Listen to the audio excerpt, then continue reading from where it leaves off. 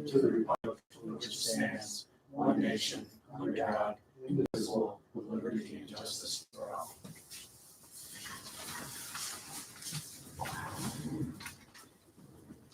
This is the Preble Town Board meeting of October 11, 2021. Are there any corrections, additions, or deletions to the minutes of the regular September meeting?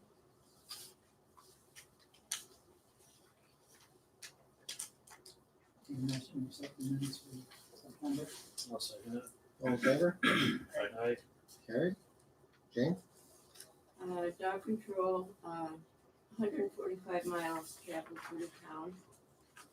Justice report, September fines, $14,326. Thanks, Jane. Jeff, highway report? Everybody saw it in the paper Saturday, but the August 17th rainstorm that we had here in Cortland that hit Preble pretty hard, a little bit into Scott. This side of Truxton and southern Tully has been declared for FEMA reimbursement. So that's a good thing as far as financially. It's just going to be a boatload of paperwork to get done. It's probably about the quickest one I ever remember getting declared. It's been, not even 2 months. Normally it's 3-4 months. The other items on here, I did talk to Don earlier on, so I think they're going to be taken care of. And same thing with some of Gina's stuff. I think Monday would be a good time at the budget hearing. We can handle that. I also got a report. The tower out back's been inspected, and quite a lengthy report. They actually climb it, inspect all the attachment points for the cable, put tension on the cables, take pictures of it, and so we got that for file, and that's about it. Any questions for me? Thanks, Jeff. That tower. Recreation? Nobody here from Recreation?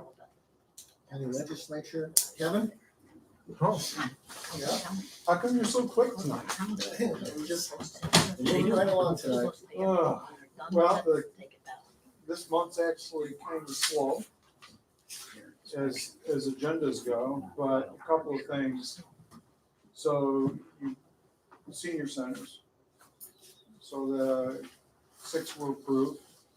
The official letters come out. We had approvals with questions, and everyone's that had the questions, we sent it out, was addressed. So now the official one letter comes out granting them all. So they were all approved for that. So as highway knows, is that Cortland County, we lost 10 county highway people. And mainly it was they were going elsewhere for more money.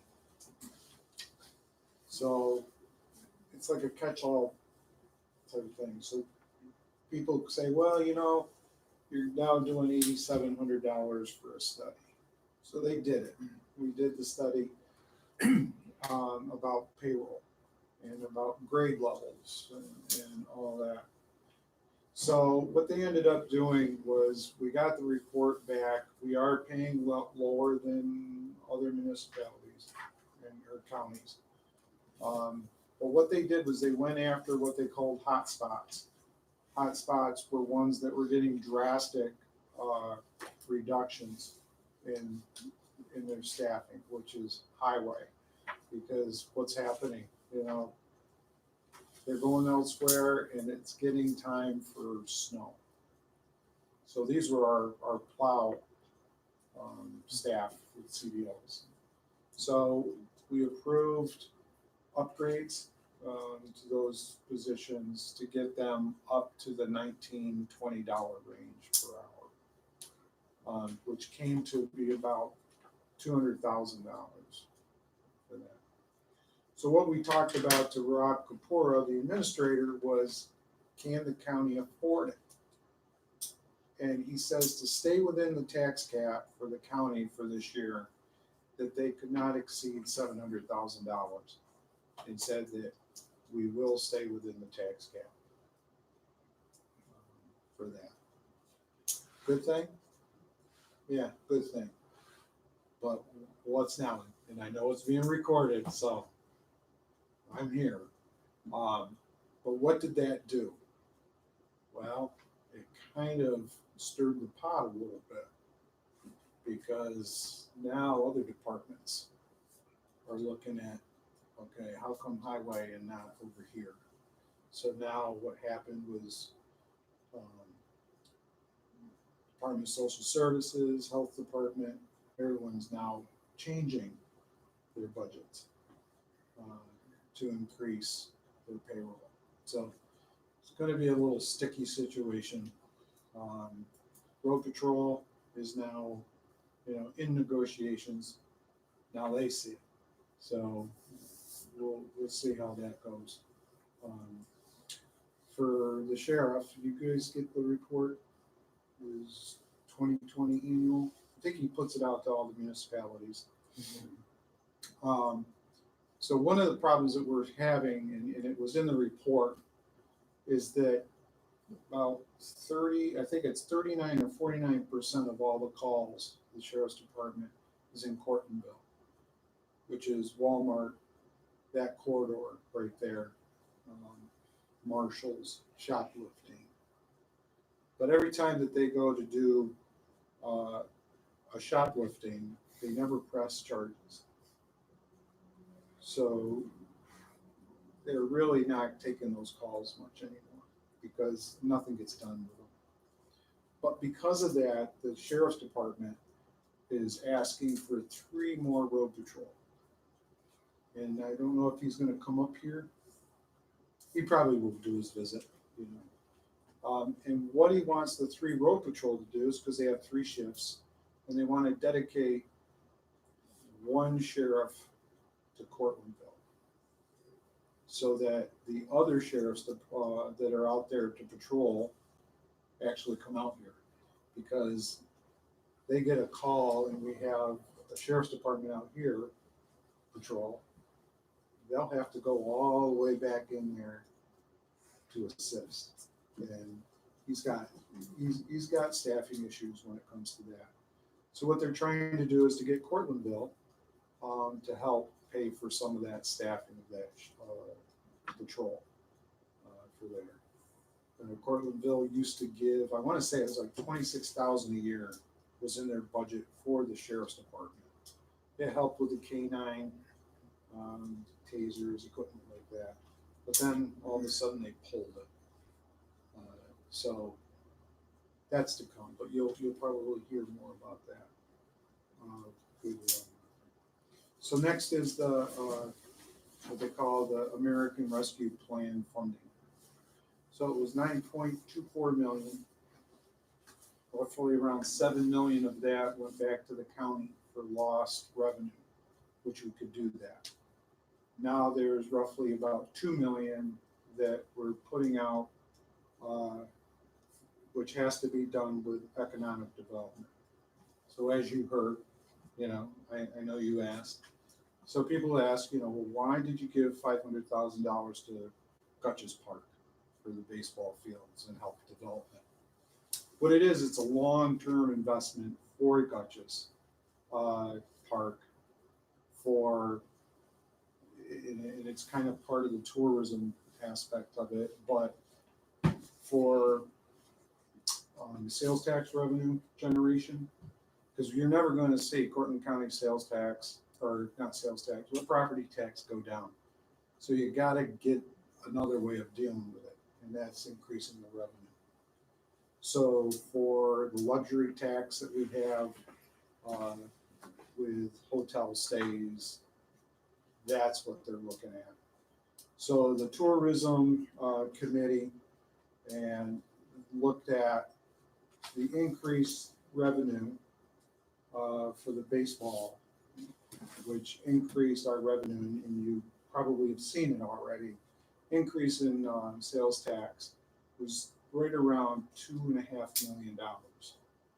And they can actually go to that and look at the amount of people that are staying in the hotels, you know, they're full, and it's due to the tournaments that they have there. And I looked at your baseball field, I mean, that's getting pretty good use. And it's the same way as here. I mean, so they have, Not this year, Kevin. oh, well, it was I looked on your schedule. No, Is that an old schedule? that schedule was developed in early spring, but it was abandoned really because those teams went to Dutchess. Oh, did They they? abandoned our field. Yeah. Okay. So, It's bad, but it's Yeah. good, yeah, you know, yeah. for that. So restaurants, I mean, that's where we were looking at increasing the sales tax revenue.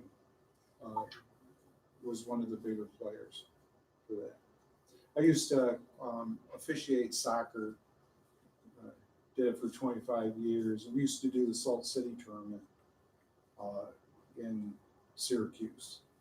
And that was a big revenue generator. I mean, you had them from the whole East Coast, Canada, and they would stay there for an entire week to generate, you know, to play the tournament in the summertime. So it was a big generator of revenue for that.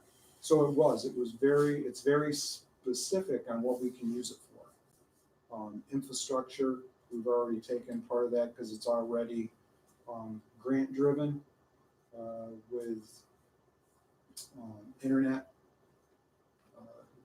you know, that type of stuff. So we already have grants out there for that, so that's why we didn't have to really put it there.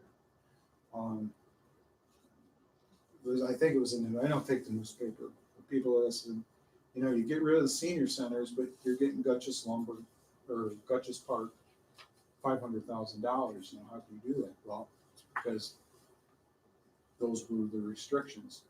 We can't put it to generate staffing. Couldn't do that. We couldn't use that money to increase budgets. So you couldn't do it for staffing. It was like one-time money to do something with. That, so for instance, our courthouse is in definitely need of repair. So $1 million was put to the courthouse for material. We can do that because there's no salaries bound to that. So that's why we could do that. And that's what happened, is what we ended up doing. So what we have now is we have roughly about 1.5 million that we put out for anyone in Cortland County to apply for. We put it out there for that. So for instance, Cortland SPCA put in for $84,000 for repairs to their place, roof, stuff like that. And I think right now we're up to 20 applicants. One of them was Little York Lake, looking at dredging at first, but the dredging was like 2.9 million to dredge that whole lake. And then that would end up, for the invasive species, it would make it deep enough to where we wouldn't have to then worry about it. But that didn't fly. So now they orchestrated it, and now is looking at buying the dredging equipment, which we can do that. And then that can be used for Song Lake, Tully Lake, Skinny Atlas Inlet. And then they can actually generate revenue by leasing that out. So, I mean, everybody came up with awesome ideas throughout this whole thing. The problem is now we have to weigh it and figure out what we can do. So we have until 2024 to get it all allocated and spent. But right now we're just looking at the presentations, the costs, and seeing what we can do that has a bigger impact on Cortland County. So, is there any questions? Anything like that? I was gonna do this, I did it, the other day, because I don't get the newspaper. Does anybody have a truth or a rumor that they need to figure out? Because half the stuff that I've been reading, it's been like rumor mill. But I do wanna say, if no one has any truth or rumors, the one thing I wanted to say is about the FEMA. And the town of Scott was having issues because they had a bridge and they had to lock the bridge out until it was inspected. And I think the inspecting was, I think Dave Putnam said it was like 90 grand to get it inspected, but Cortland County's engineers will do it. So I just wanted to, if you need any engineering there, that the county will do it. Just an option. I called and I talked to Trish. Trish is no longer there, Yes, she is. not at County Highway. No, but she's my client, but she's still an engineer for Cortland County. Okay. So, so she would do it, and the engineers there will do it if you guys need it. Just to let you know. I already got that in an email, so I can send you the email. Okay. To say, hey, this is what you said. Okay. Anything else? Anything? Yeah. I know it probably seems like small change to some people, but I don't know if everybody out here, but I'm the supervisor for the custodians. And Mhm. right now we have 4 people making less than $13 an hour. You know, and then they get their night bonus, which cranks it up. And everybody knows first of the year, it's supposed to go up to $15 an hour. That being said, you know, we're going to go back to, you know, how many of our grades are in that predicament where. And what they did, and we got this from Rob Kapora, is that every year he's putting money into the budget to look at all the other departments. So he's not, they ended up doing the highway because the highway had the need. And the need was, if we don't have plowers to plow we're gonna lose the state contract, which I think it's like 1.6 million, then our county roads.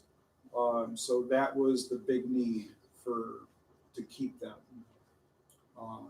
And then the rest of the thing, so when they did the grade review, that grade review is for Cortland County employees.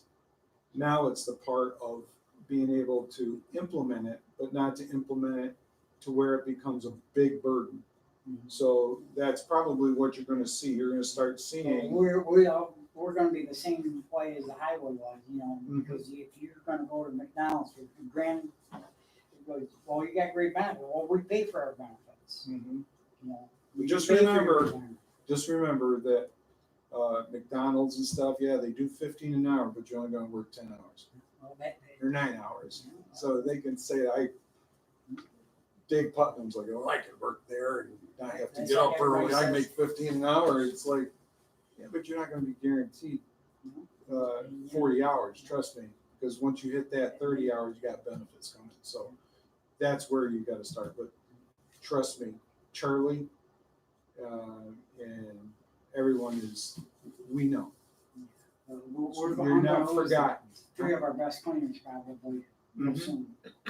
Yep, trust me, I understand 100%. Were you able to retain any of those drivers with that With raise the or? increase, yeah.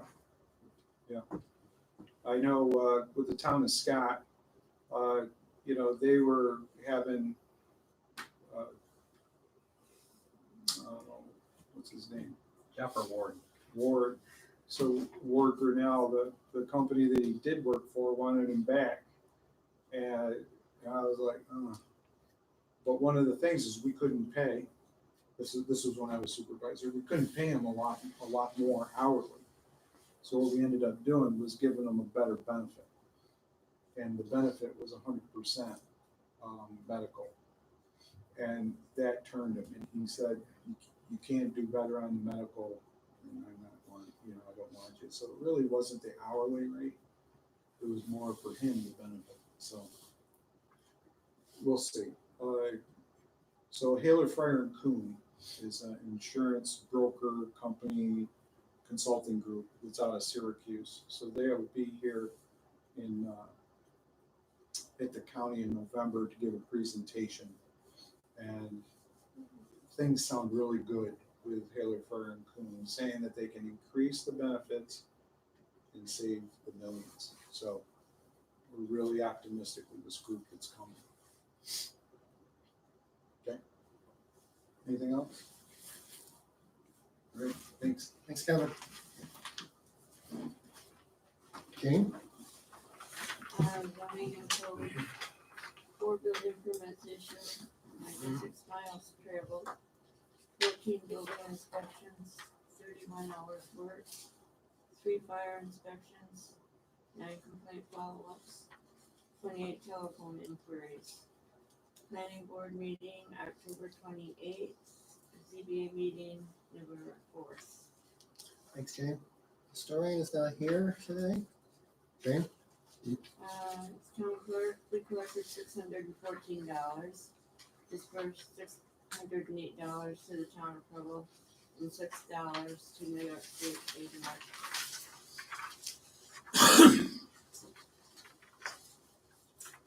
There's no unfinished business at this time.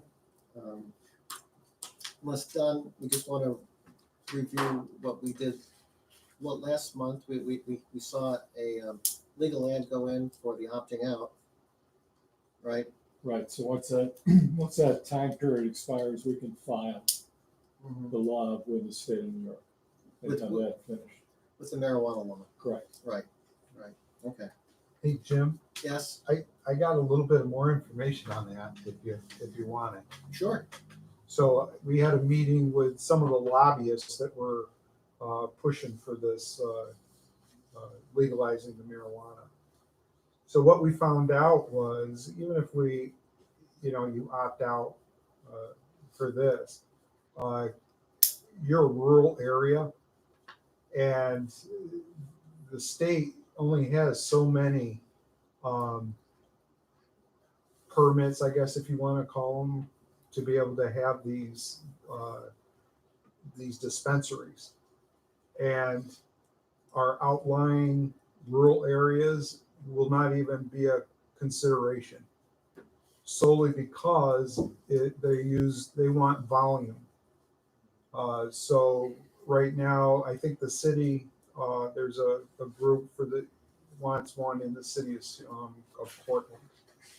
But other than that, you're looking at Binghamton, Syracuse, Rochester. You're just looking at these big places. So even if you opt in, opt out, whatever, he said the likelihood of a dispensary being here is slim to none.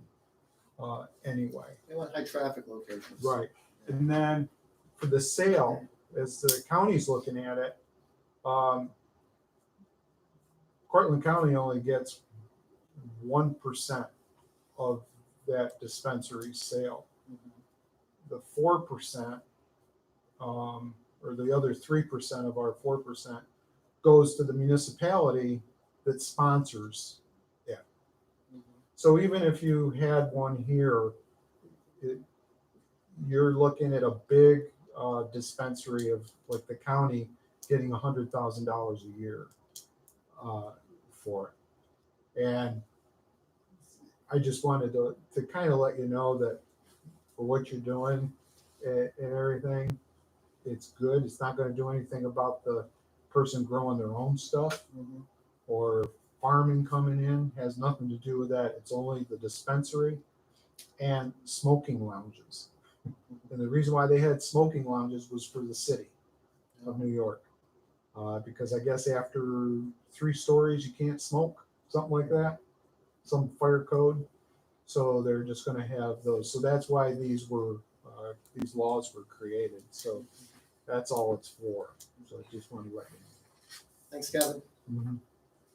Okay, so new business. We have the fall newsletter coming out, and if most people should be getting an email from Don Fisher, just asking us if there's anything that we want to put into the newsletter. He's now putting it together and compiling articles. So, Jeff, you're gonna get something from Don. I got it last week. You got it? Okay. And anybody else who has some article of interest, Mike, I mean, if you want to write something from your perspective, I mean, you're welcome to. From the agricultural perspective, dairy farming or whatever. Everybody here has an expertise in something, and if you feel compelled to write a small article, please do so and send it in to Don. And we will get our fall newsletter out before Thanksgiving. We have a budget meeting with Gina a week from tonight, Monday, October 18th at 7 p.m.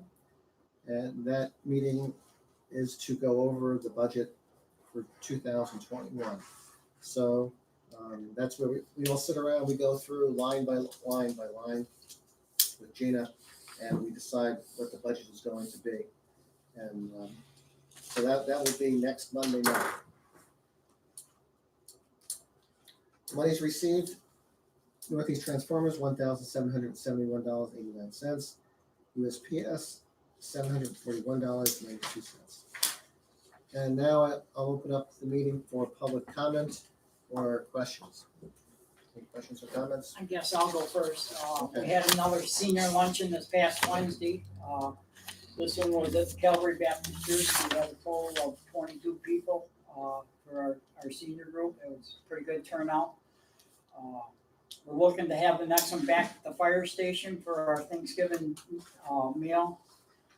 We're going to have a committee meeting. Hopefully, I got to get everybody together within the next week or 10 days, because we got to have a couple weeks prior to the 3rd. I believe the 3rd is the first one. So yeah, 3rd of November.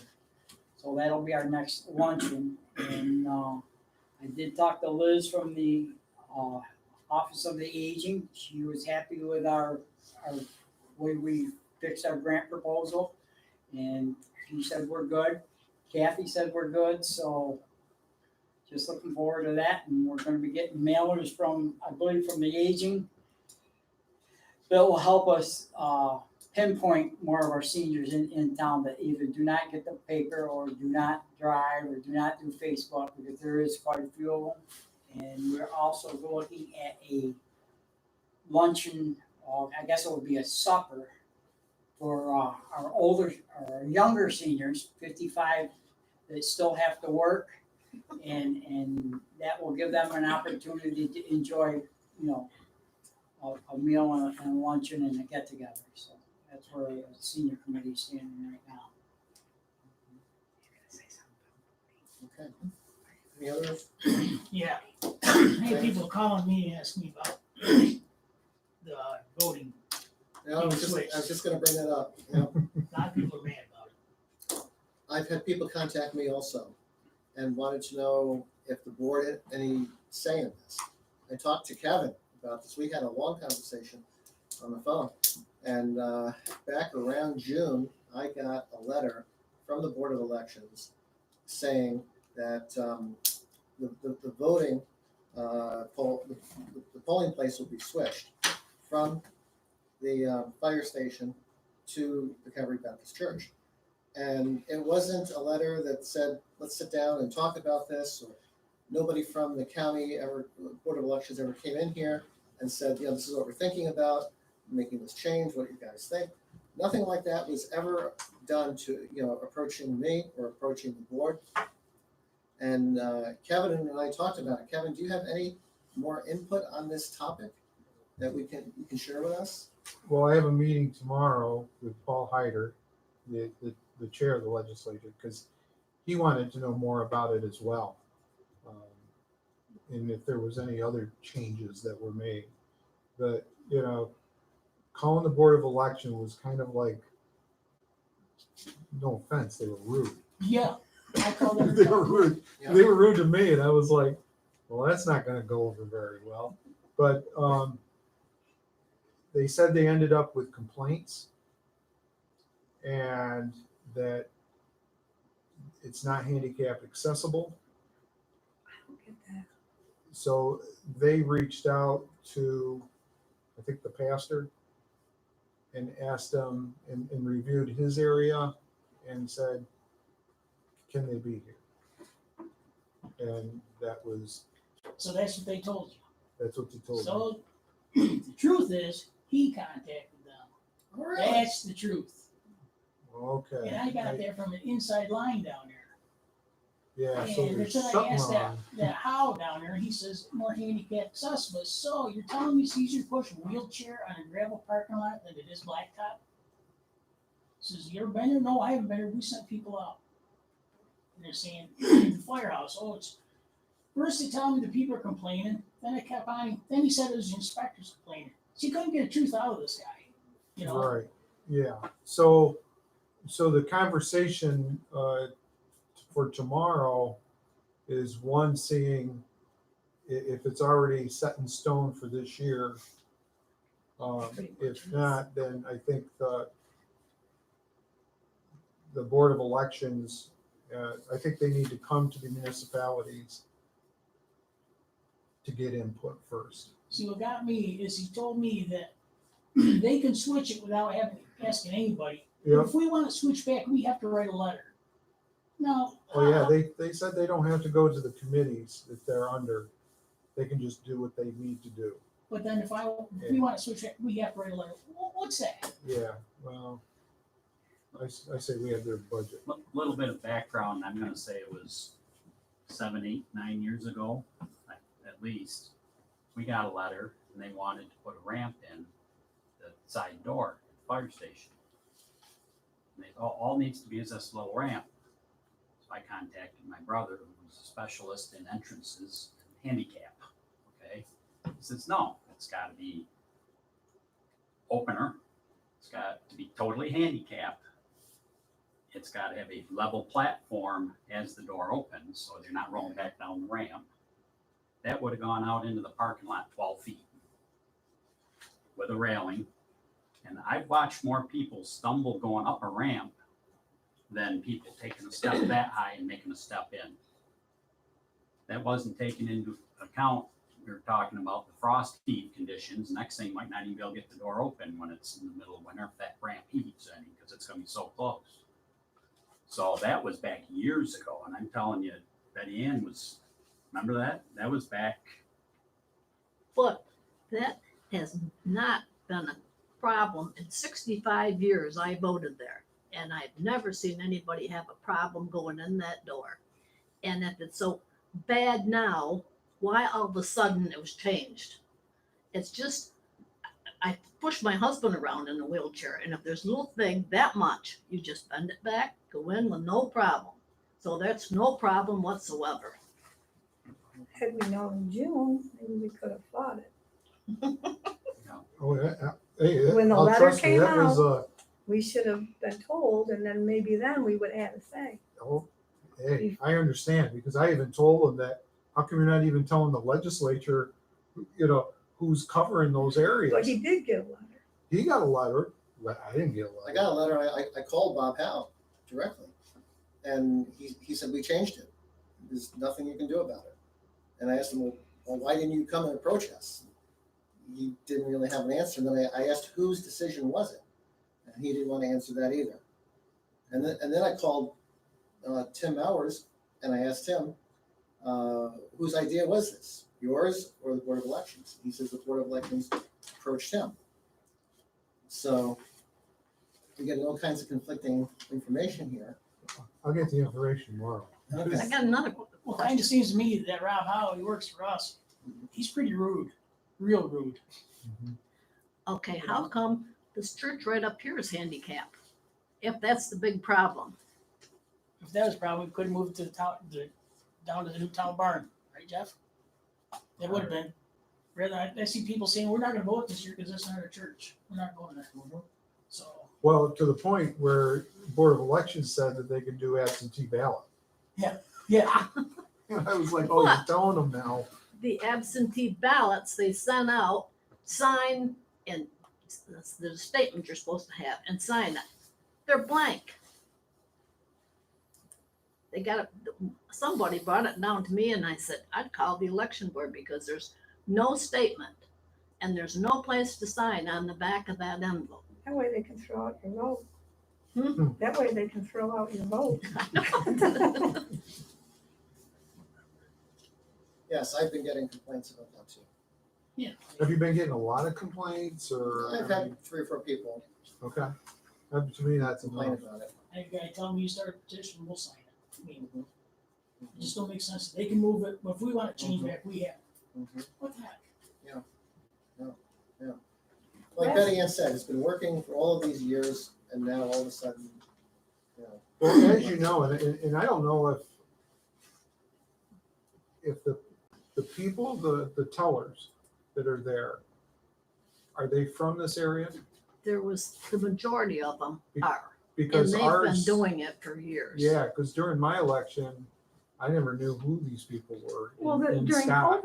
during know COVID what it last was. one, they were all election board people. They weren't any local people, and I wonder if that had something to do with that. Well, I think so. I mean, if they're the ones that are complaining, But what made them pick the church? yeah, that I don't know. Well, other than, I'll do it at my place. I say you drive the truck out, the fire truck, and you do it in the bay. They can do it there. if they That's have to. handicap accessible. That's what That's Truxton what does. Truxton He says, does. more parking. At Truxton, you have to park on Route 13 and dodge traffic to get into Bow. And they only got 2 bays. And you're right on top of one another in there, so. So Kevin, you'll find out more about this, right? Mhm. Okay. Thank you. Okay, any other comments or comments or questions about anything? The only one that I forgot is tomorrow is Ag Planning and Environment Committee. And we're gonna be voting to pass along the new taxing district to go to the full legislature for Little York Lake. Okay, good. Let them decide. Mm-hmm. Jim, just a little more food for thought. We had our conference a little over a week ago, and one of the best attended sessions was a lady from the trucking industry. It goes back to, Sucoat and everybody, trying to pump the brakes on this whole electric car, electric truck, electric vehicles in general thing. And, it's coming down the road, but with the dates that they're showing are just so unrealistic in what they want to see. And it was a good discussion. And the question was, okay, if you can run 11 hours or 10 hours in your ELD, your electronic data log for trucking, and you park that truck and it takes 12 or 14 hours to charge it before you can move it again, or even 20 hours, whatever that number is. And they brought up, they had some statistics, how much lacking of truck parking there is for trucks that don't need to plug in. And it was good conversation. And then toward the end, I brought up one thing. I said, so what are we going to do with the extra gas and diesel fuel that we don't need anymore when everything's electric? And I said, you're still going to need the road to drive it on, and we need asphalt. So they're not going to shut down all these wells like they think. They haven't thought this through, that you're still going to need asphalt to build the road unless you come up with something else to build the roads out of. These cars are going to need it. So, And this whole discussion was, it was a good back and forth on a lot of this, I thought. And they don't get it when our guys work, and they're talking class 8 trucks. And when we're doing 12 or 14 hour days, and the truck's good for 8 or 9 hours, or 7 or 8 hours if it's below such a temperature, and the batteries aren't as good. What are you gonna have to do? Have a spare truck for each route? Are you gonna have big battery packs the size of a car that you can snap into these trucks like a DeWalt drill? I mean, and they're pushing this very hard right now. So it was good discussion, but just wait to see what comes down the road. It isn't just Priuses and Chevy Bolts right now. They're going after, big stuff. So what are they gonna burn to generate all this electricity that's gonna be needed? And Still gotta burn something, right? the summer, on the hot days, they said, oh, cut back on your electricity usage. Tesla's charger, right now, their quick charger is 75 amps. Now, how many of the houses in this town are you gonna add another 75 amps to and throw a switch? And then, you know, sorry, Mike, you're not gonna be able to milk your cows because we're charging the Teslas. But it's just, the grid itself is nowhere near capable of handling this. And that's the other side of it. There's so many slices to this pie that are just nuts. So, How the Teslas are burning up. yeah. But now, 10 years from now, you might be buying an electric plow truck for $500,000. So, I won't tell you I got my Tesla plugged in. where is it? Just kidding. Might not Okay, be there when you we come need a back. motion to pay the general fund vouchers. Make a motion, pay general fund vouchers, abstracts number 10, numbers 179 to 191, totaling $4,431.77. Second. All in favor? Aye. Carried. Need a motion to pay the highway fund vouchers. I'll make a motion to pay the highway fund vouchers abstract number 10, numbers 106 to 121. 115 is taken out for a total of $31,309.38. I'll second it. All in favor? Aye. Carried. Need a motion to adjourn. Make a motion to adjourn. I'll second it. All in favor? Aye. Carried. Gets all painted up with flowers and everything. Heavy rain there. Or your job tomorrow. July next year, or fix up that collar ditches. Yeah, were you?